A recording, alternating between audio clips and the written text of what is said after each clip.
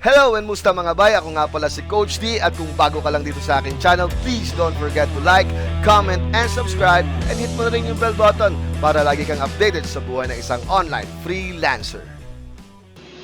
And for today's vlog mga bay, siguro I would like to introduce myself, my life, and my family. No? I've already done two vlogs, and that is a start. I think ginawa ko yon para to try my skills, to practice how can I edit videos, paano maging makapal yung mukha sa harap ng camera, pero napakahirap po pala talaga. And based dun sa dalawang videos na nagawa ko na, ang hirap umarap sa camera, parang nakakahiya, parang nasabi mo sa sarili mo, ano ba tong ginagawa ko, or may pupuntahan ba tong ginagawa ko, and so far masaya. Kaya ngayon with this vlog today, gusto kong ipakita naman yung totoong buhay ng isang online freelancer, because I've been working as online freelancer for 10 years now. 10 taon. I started way back 2007, 2008 I think, when I was working in Tacloban City. I work as a computer technician sa isang New Yorker. Bali, nakapag-asawa siya ng isang taga Leyte, which is a teacher siya, and nakapangasawa siya ng isang New Yorker, and that New Yorker is working in Dell company before in New York. He hired me to install different applications, browsers, games dun sa internet cafe niya, which has like 100 plus computers. So from there, at that time, nag-boom yung online job. At that time, that was Odes, and narinig ko sa balita na merong online job. So I was curious to know ano pa tong online job. So I searched and I found a woman na nagsimula or just getting started working online, and I saw her. I searched for her email ad and try to contact her and to get some information and details.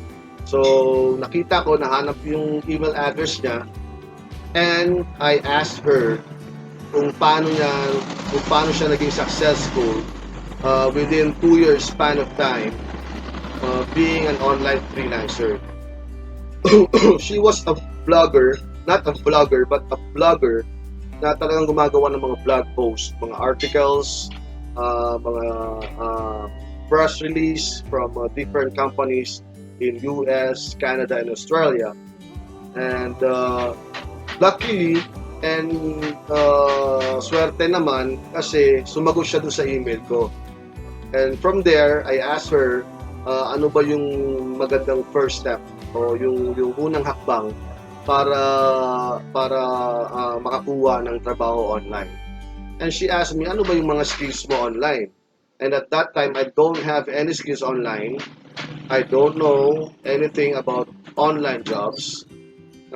What I know at that time is gumawa ng computer, umayos ng computer, mag-install ng mga apps, ng mga browsers, ng mga games,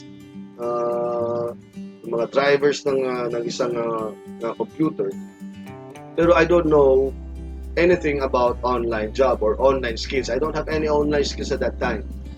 So she advised me na why don't you try blogging? Try to search more about blogging. So from there, sabi ko, sige, I will try. Kasi nakita ko, she showed me her blog and ang daming tawag dito, ang daming advertisers sa blog niya because her blog is ranking o nag-rank siya sa Google search results na nasa at that time top 3. I can't remember number 1, number 2 or number 3 and pag naandun ka sa rank ngayon, maraming visitors for the site. So ang dami siguro nakakita ng mga advertisers na nag-rank yung blog post niya. So she contacted her and yun, siguro nagkaroon sila ng negotiations para maging advertisers niya sa blog niya. And syempre, pag may advertising, may bayad yun. So doon siya kumikita. So that's how I started knowing online job way back 2008 or 2009. So from there, I searched for a blog portal or let's say a blog tool to create blogs. So I found out that there are a lot of tools that I can use to create a blog, and the number one tool na nakita ko from the search results is yung WordPress.com. So kung gusto nyo gumawa ng mga blogs or gusto nyo mag-start as bloggers, writing articles, sharing photos and images, pwede nyo gamitin yung WordPress.com. So WordPress.com provides different video tutorials. You can search on YouTube. Meron din sila from the website. They provide video tutorials on how to use the platform. So from there, I studied like 1 to 3 months para malaman ko kung paano gumawa ng isang blog. There are a lot of tools there. Actually, drag and drop lang siya. Drag and drop, copy paste. Kung meron ka ng nagawang article, pwede mo na lang siya i-copy paste. Then mamimili ka na ng mga templates doon, ng mga themes, kung ano yung whole design and look of your blog post or your blog page yung tinatawag natin. So from there, I started thinking ano yung magiging content ko doon sa blog. So what I did or ang naisip ko is what if i-blog ko yung hometown ko, which is Bislig City. I'm from Bislig City. Taga Bislig City po ako, Surigao del Sur, Mindanao. So since our city has a lot of tourist spots and different adventures to offer, yun yung ginamit kong content. First content na ginamit ko to create my first blog. So from there, I started to search for images. I started to search for the local government unit of Bislig City, yung official website nila, to get some information and history about the city and about the different local tourist spots na makikita dito sa city natin. So from there, I create a blog. Makikita nyo ngayon dyan, i-share ko. From there, gumawa ko na isang blog.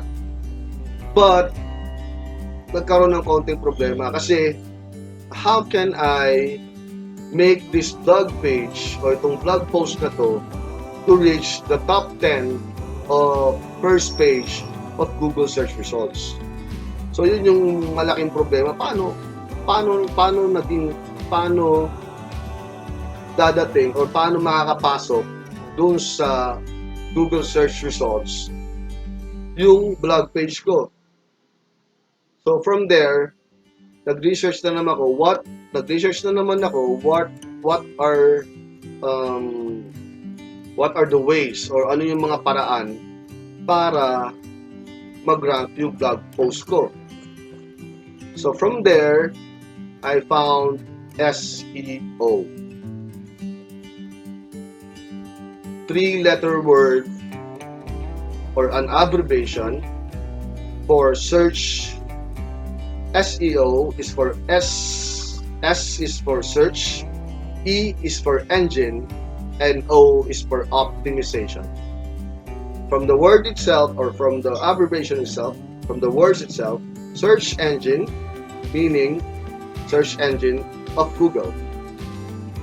Optimization is how you will optimize a single page or a single blog post for Google, para si Google makita niya yung blog page mo or yung blog post mo na informative meaning maraming informations na makukuha yung searchers nila, unique in a sense na walang kapares or walang katulad, and has a lot of details na papasok doon sa algorithm nila o yung tinatawag na system nila. Kasi the Google search engine, meron silang algorithm. You can search that in Google as well. Kung ano yung meaning niya, or ipapakita ko na lang dito yung link and the description. Yun yung sumasala o yun yung nag-filter ng iba't ibang pages or ng iba't ibang blog posts, ng iba't ibang videos, ng iba't ibang press release, ng iba't ibang news. And from there, if filter nila yon, marami kasing factors na pinagbabasihan yung Google para maging number 1 ka dun sa search results nila. Like, if there is someone who is searching for where is Bislig City or what can I do in Bislig City or what are the adventures in Bislig City, yung blog post mo yung lalabas doon sa search results. So there are a lot of factors that are needed para maging top yung blog post mo. So yon, sinerge ko yon na dapat pala you have a very good title and a very good description and a very good landing page. So dapat relevant silang lahat. From the title, the description, and the landing page. From the title, dapat na andun yung mga keywords mo. Keywords are the terms or the words that are being used by the searchers o yung naghahanap ng information. Yun yung mga ginagamit nila na words or kayo yung ginagamit nyo ng mga words to look or to find information and details to a particular event, to a particular topic. So yun yung mga ginagamit yung words. And those keywords must be included dun sa title, sa description, and nung nasa loob nung mismong blog post nyo o yung tinatawag na landing page. So pag nagawa na lahat yun, you can search for the top ones o yung mga nasa taas na talaga ng search results, and from there malalaman nyo, ganito pala yung dapat yung gawin, ito pala yung dapat yung gamitin ng words, pero dapat hindi pareho sa kanila, hindi mo pwedeng kopyahin yung sa kanila. So that's what I did. I just create my own title, descriptions, and landing page. So from there, pinabayaan ko lang siya. And then I researched more on the SEO side. Ano ba tong SEO talaga? Or what are the factors behind this SEO? Para maging successful yung isang blog post na market niya yung products, services, or any offers na gusto mong i-offer sa internet world. So from there, ang dami kong nalaman na hindi lang pala yung paggawa ng isang blog post yung pwede mong gawin or pwede mong gawin para kumita yung isang blog post. And from there, I studied about a year focusing on SEO. So from there, natutunan kong gumawa ng website, natutunan kong mag-market ng iba't ibang products and services from different clients sa US, Canada, Australia, and Europe countries. And until now, I'm still learning because meron nga tayong kasabihan, the only constant in this world is change. Lalo na sa online or lalo na sa internet world or sa World Wide Web, which is the www. So sa 1 year na pag-aaral, bago ako makakuha ng first job ko, hindi pa pala yun yung tamang informations and details na nakuha ko. Kasi ito, tapos na ako nag-aral, napag-aralan ko na yung iba't ibang ways, yung iba't ibang factors, how to rank a blog post or a blog page.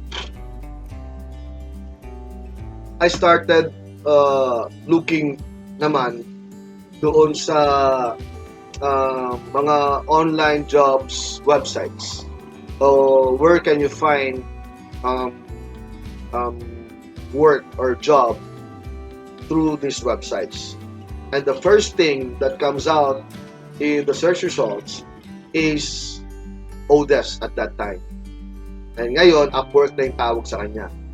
Odesk before, way back 2007, 2005, 2007, up to I think 2013 or 2014, and right now it is nag-change sila ng name ng domain and company nila, which is Upwork na ngayon. So before it was www.odesk.com.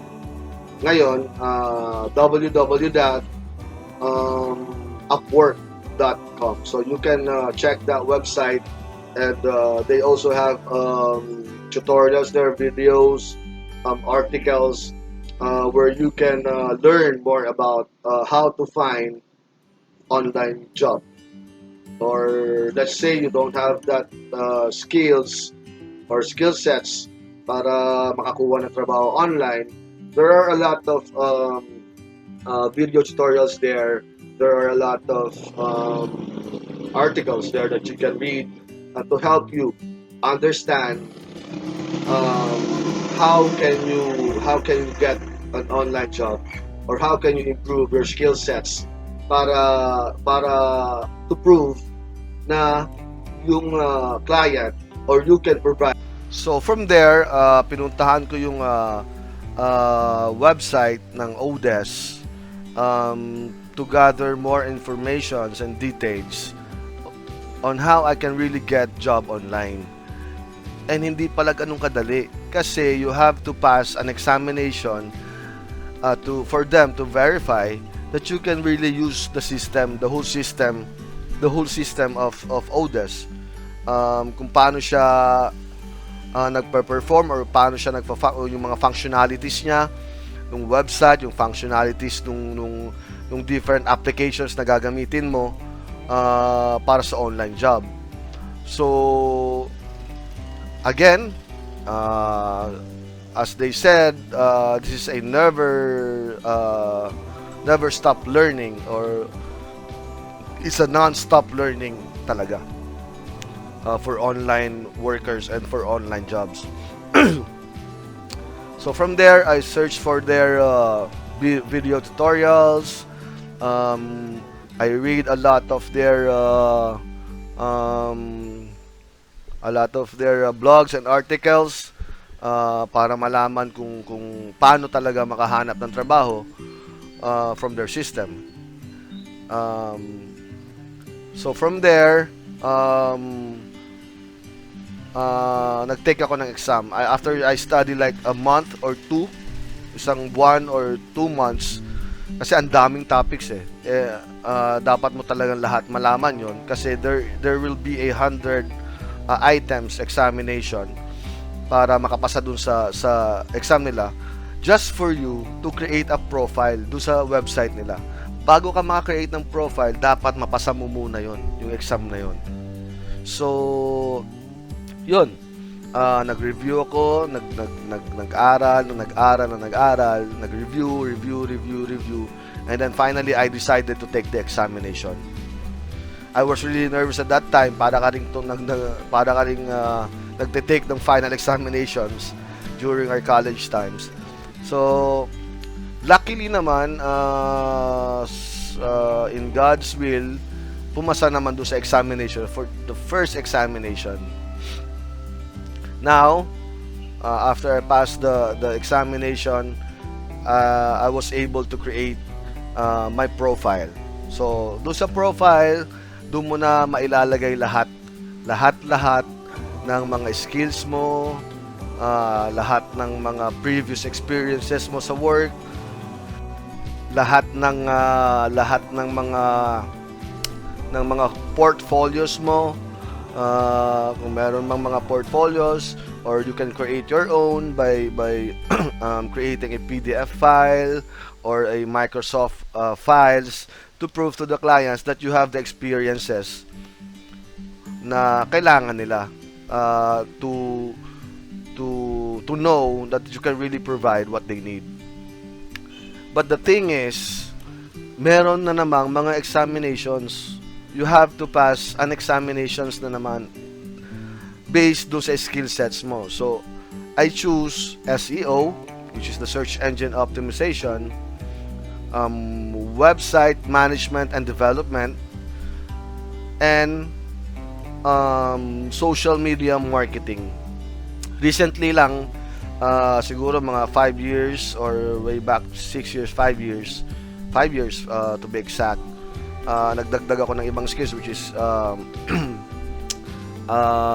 email marketing and B2B and B2C, which is B2B means business to business and B2C is business to consumer marketing.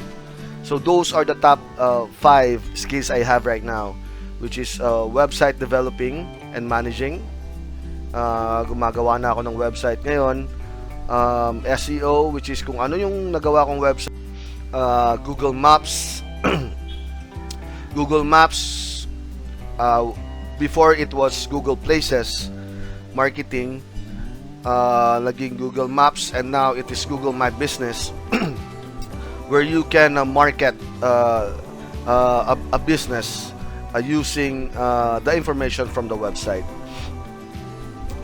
I also learned Google AdWords, which I have certifications and awards that I get from those platforms, kasi meron din silang mga exams doon na you can have the certifications para pag-apply mo, yun yung i-represent mo that you have the fundamentals and the basics of what you're trying to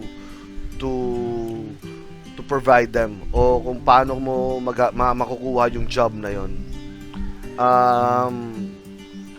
So before I get my first job, so kailangan mo na namang i-take yung 5 skill sets na napili mo na pumasa yung examinations mo doon. Kasi the results of those examinations will be shown doon sa profile mo. Sa profile mo, ipapakita yun doon. Yung test results mo. So from there, luckily na naman, I passed the examinations, so I get to improve my profile. So from there, I started to apply for a job. Now, medyo nakakatawa guys, kasi yung first job ko, yung first application ko sa job, talagang sobrang nakakakaba. Why? Because you have to use English. And pag English na ang pinag-uusapan, anong naiisip nyo? Anong naiisip nyo? Nosebleed. Ang hirap i-explain kung paano mo gagawin yung trabaho. So from there, naalala ko, which is a little bit embarrassing in a way, pero I take that as a challenge. I take that as a it is a negative criticism, but I take that as a positive criticism or criticizing my skills online, kasi nga hindi ko pa ganun kaalam, or hindi pa ako masyadong sanay gumamit ng English words o pang-apply na talagang purely English lang yung gagamitin, guys.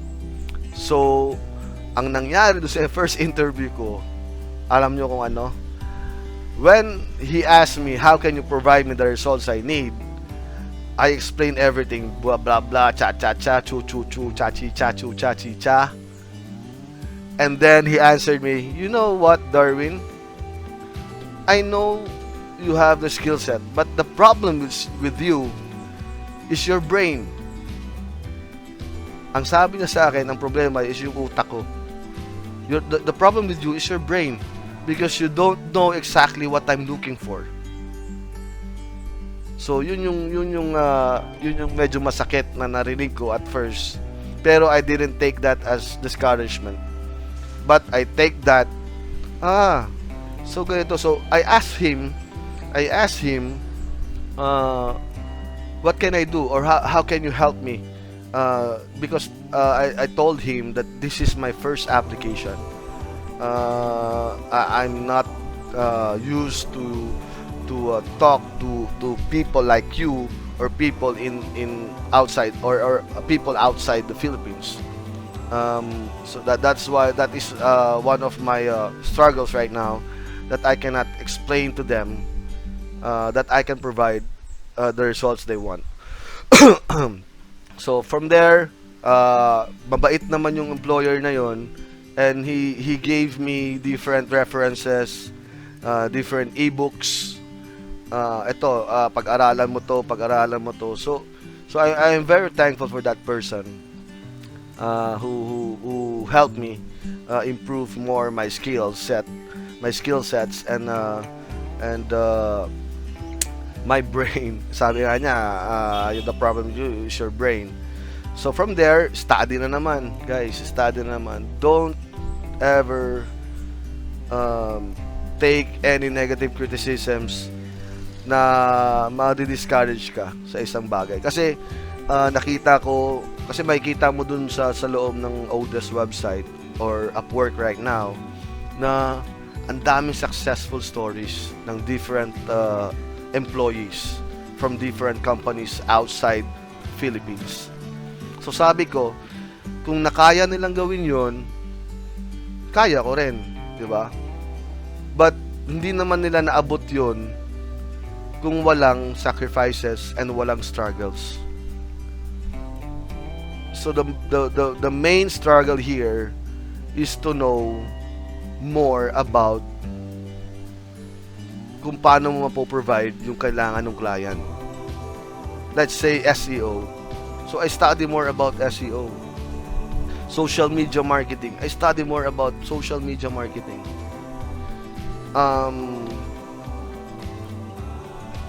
Email marketing. Nag-study ako lahat yan. Pinag-aralan ko lahat. Hanggang sa nag-apply ulit ako. The second application, I applied first 2010. I started studying online jobs 2008. Study.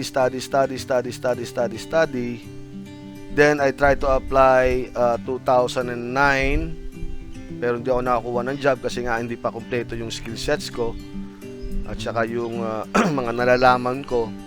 So study again, study. 2010, nag-apply ako sa Odes again, and from there I got my first ever online job. So 2 years na pag-aaral, I finally got my first ever online job. So yun. So naging happy ako doon. Ang saya ko noon. Sobrang saya ko noon. Ayan, nakikita nyo dyan, ang saya ko. Nakuha ko yung first job ko. Ano yung first job ko? transcriptionist. Meaning, the client will send you videos, send niya sa yung videos niya, and then you will transcribe, yung mga sinasabi niya doon sa videos, ililipat mo through a document na naka-wordings na siya, or in text content na siya. So meaning, pakikinggan mo yung videos, playback, and then you will create a document, a Word document for that video. Doon, my first earning was $8. $8 for 2 or 3 weeks na ginawa ko yung trabaho niya, yung pinatrabaho niya. Kasi merong mga jobs sa Upwork na part-time, meron ding full-time. So at that time, part-time na yun. So kinuha ko na para magkaroon ng experience. Kasi after you finish a job, there will be a feedback for both sides. Bibigyan mo si client ng feedback kung anong klaseng client siya, and the client will also give you a feedback kung anong klaseng employee ka or anong klaseng worker ka. So there will be a 1, 2, 3, 4, 5 stars for both sides, and then a complete description on how you work with him, or paano siya naging satisfied dun sa work na binigay mo sa kanya. So from there guys, tuloy-tuloy na yon, tuloy-tuloy na hanggang sa nakakuha ko ng isang company na gumagawa ng mga websites sa Florida, USA. The name of the owner is a Filipino. He's a Phil-Am, living in Olongapo area, Luzon, but he is based in Tampa, Florida, and his name is Manny Lontok. You can search his name in the internet, and you can see this person. He is the number one supporter, and I think he is the manager. So si Manny Lontok talaga yung one of the best person or a boss that I've worked with, na talagang nagturo sa akin ng napakaraming strategies for the SEO, social media, email marketing, and even creating a website. So, based do sa years of experience na binigay niya sa akin, 2 to 3 years, naging maganda yung relationship namin, hanggang sa may dumating ng mga bagong offers. Kasi pag medyo gumaganda na yung profile mo sa Odesk guys, ang daming papasok na offers, na mas malalaki pang offers. So ngayon, dahil gusto mong kumita ng malaki, so kinukuha ko lahat hanggang sa na-share ko na yung job ko dito sa Bislig City. Humbly saying na marami na rin po akong natulungan ng mga individuals dito sa Bislig City that are working right now online. Some of them talagang naging bread and butter na nila yung online job to provide the needs of their family. I also our provincial government and our national government agencies, which is the Department of Labor and Employment, and the Overseas Welfare Administration, or OWA, and the Regional Welfare Office of Caraga from Butuan City, and our the office of Congressman Pimentel, the DTI, the Department of Trade and Industry, uh, um, headed by Samuel S. Madrid, which is the regional director at that time, contacted me to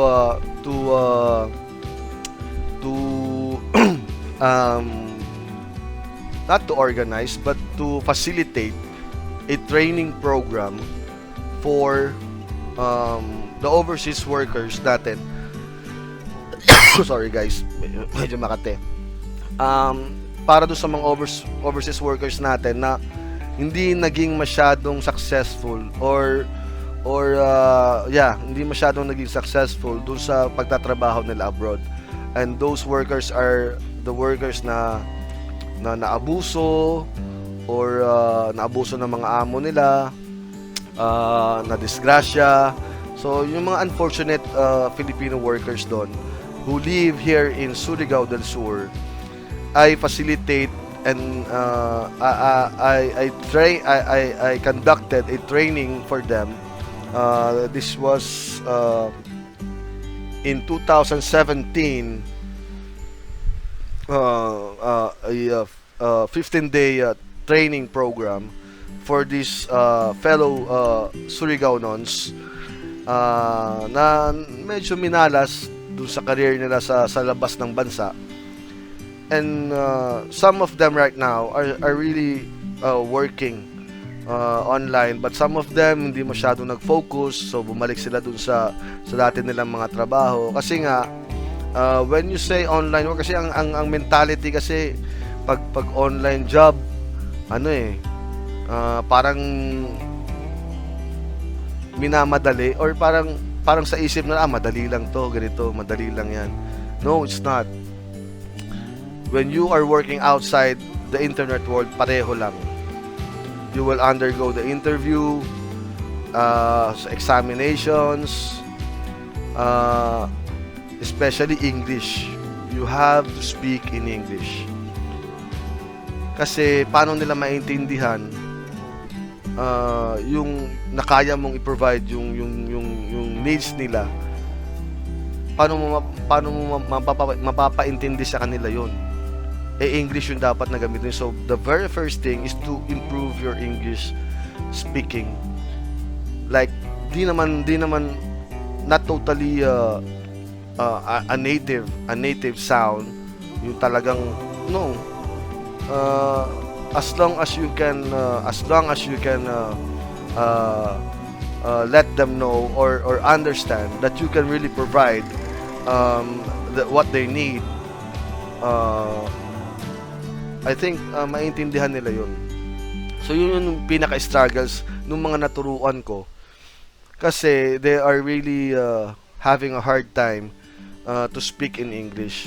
Hindi ko naman pwedeng ituro yun during the training kasi mauubusan kami ng oras. So what I told them is there are a lot of video tutorials where you can practice your English. Or if there are words na hindi mo ma-express or hindi mo masabi, there is Google. I-Google mo lang. I-Google lang lahat.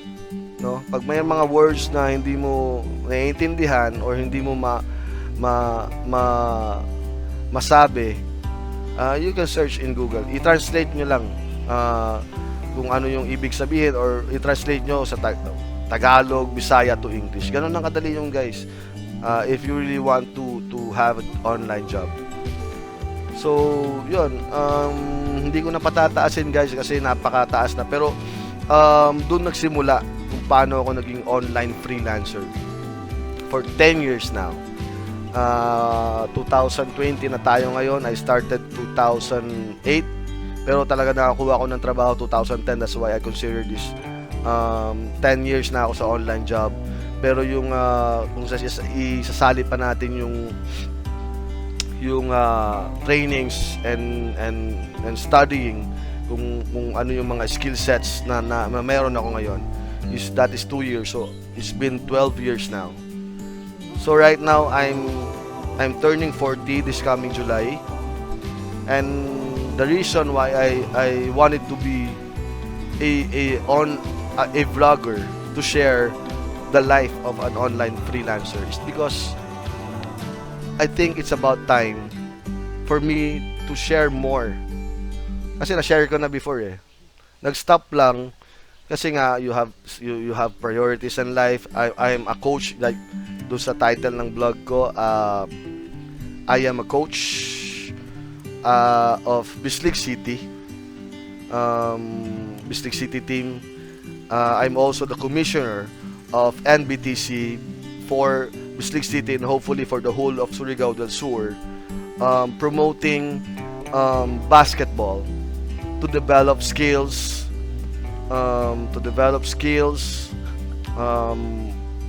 raise leaders, develop skills, raise leaders, using basketball as a tool for these young children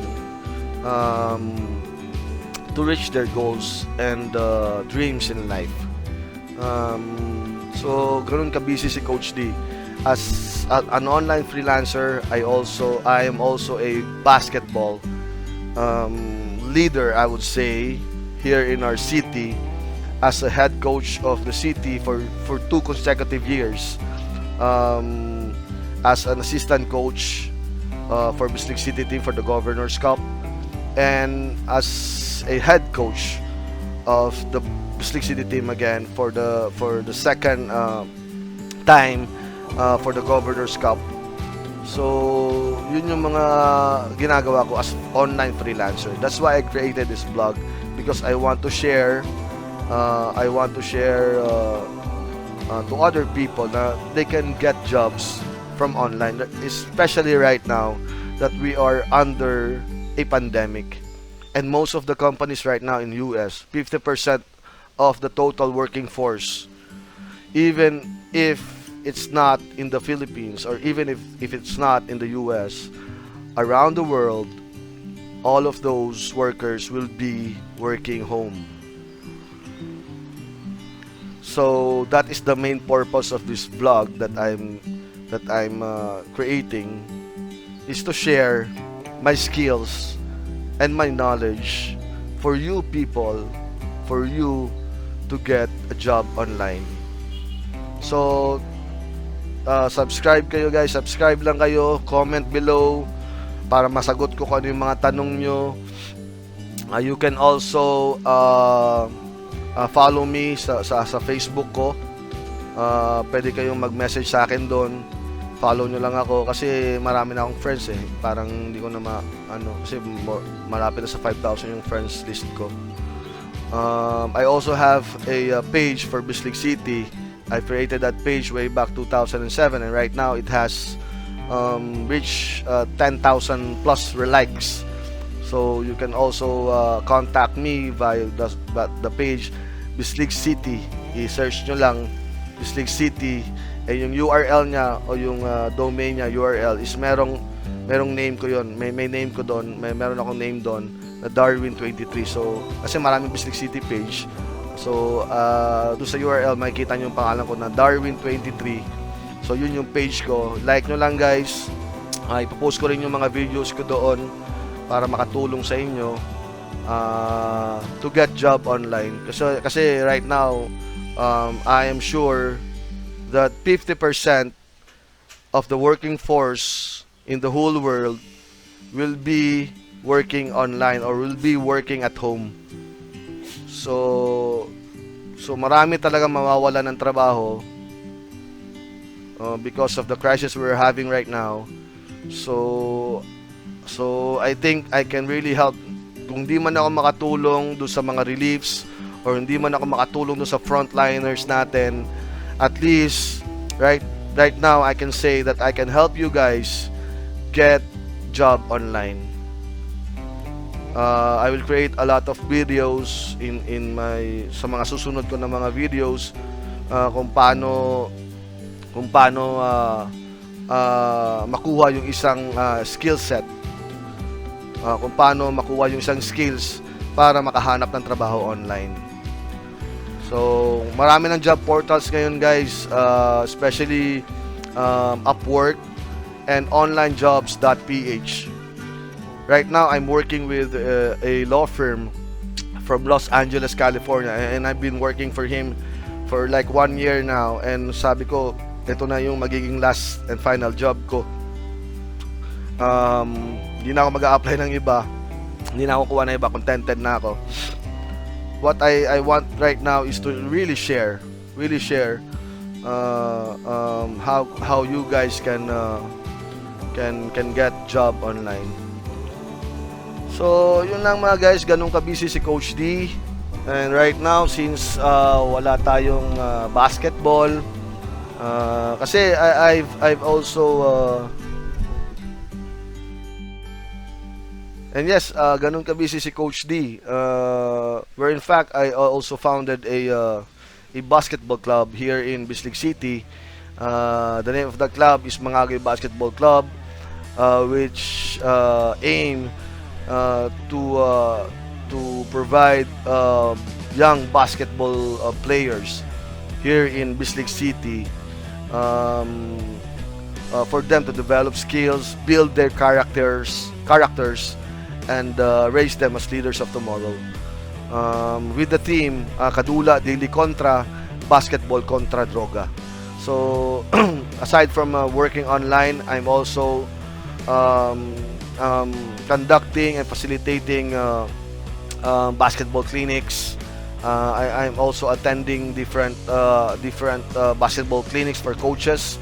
Where in fact right now I am the commissioner of NBTC, which is the National Basketball Training Center, headed by our father, Coach Eric Altamirano, with his wife, Ma'am Altamirano, with our assistant director, Coach Alex Compton, and the rest of the team is headed by our training director, Coach Jong Hubichico, and a lot of coaches, other coaches na nagko-coach ngayon sa different universities and and different schools, colleges in different places of the Philippines. So that is one of my biggest organization right now that I am involved in, or I'm involved with NBTC as the commissioner for Bislig City. Where in fact recently lang, last February, last year we started the qualification round here in Bislig City, where there are 8 schools, participating schools here in Bislig City, and the champion was Andres Soriano College, and they were given a chance to represent Bislig City with the help of our local government unit, headed by our Mayor Enshong Garay, providing us the transportation and the uniform for the kids, and in collaboration with NBTC, the National Basketball Training Center, providing us the food and the accommodation in Surigao City, because doon po yung venue ng event last January 31, February 1, and February 2. So I bring the team at Soriano College in Surigao City to represent our city in basketball game for 19 years old under. So because 19 years old under is the development stage of the kids, for them to decide whether if they will be a professional basketball, or they can use basketball as part of their tool to get the job they will be into in the future. So ganun po ka-busy si Coach D, guys, aside from the online job, aside from teaching the children how to play basketball, that they can really use as a vehicle to further their education and reach their goals and dreams in life. So siguro guys, for the next videos, I will show you my real life, my real me, kung ano yung ginagawa ko kung wala ko sa online, kung ano yung ginagawa ko outside the internet world. So para not para hindi para sumikat, but para ma-share ko. Hindi ako mayaman, guys. Hindi ako mayaman. As you can see, nangungupahan lang kami. But based sa experience and based sa knowledge that I have right now, I really want to share this to all of you, para sa inyong lahat, para sa lahat ng bata. Hindi lang sa online job, hindi lang sa basketball, sa career, sa love life, lahat I can be a coach. That's why my blog is entitled Coach D, ang buhay ng isang online freelancer. So, yun guys, mga bye. See you in the next vlog. As I've said, I am Coach D. And kung bago ka lang dito sa aking channel, please don't forget to like, comment, and subscribe. And hit mo na rin yung bell button para lagi kang updated sa buhay ng isang online freelancer.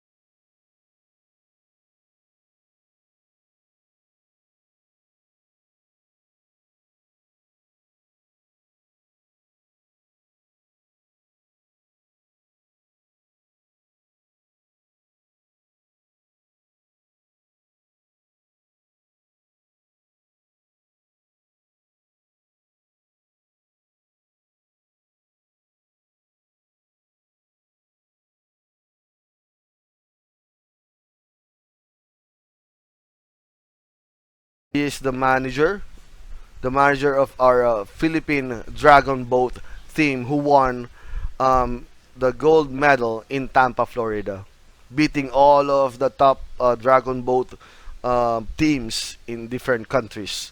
So si Manny Lontok, siya yung naging first boss ko talaga na masasabi kong big boss or or big company na nakuha ko. And I worked for him for like 2 or 3 years straight. I worked with him for 2 or 3 years.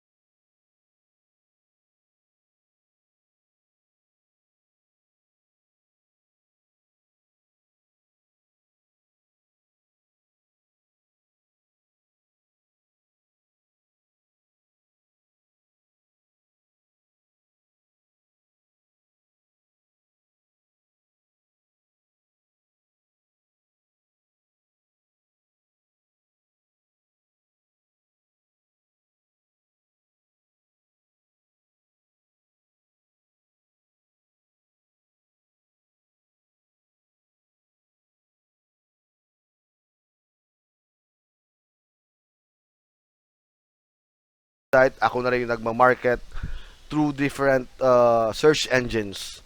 Google search engine, Bing search engine, Yahoo search engine, um,